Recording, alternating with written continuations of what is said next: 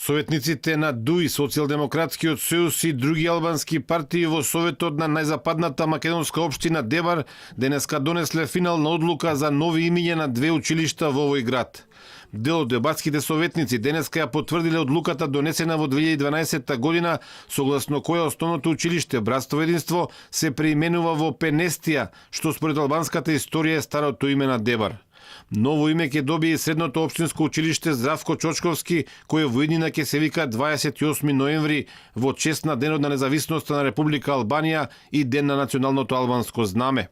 Одлуката на Советот на Дебар е донесена врз основа на барање од Министерството за образование, кој ја оспорило одлуката од 2012 година, која што тогаш минала без така наречениот Бадинтер. Сега одлуката за преименување и промена на статутите на училиштата поминала со потребниот број на гласови според Бадинтеровото правило, кое предвидува за одлуката да се гласа со двојно мнозинство, односно со мнозинство советници од локалното македонско малцинство.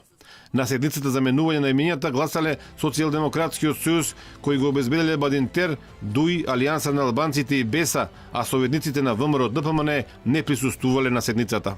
Вкупно во Советот на општина Дебар има 15 советници, од кои 5 се од ДУИ, по тројца од СДСМ и Алијанса на албанците, а по двајца се од БЕСА и ВМРО ДПМН.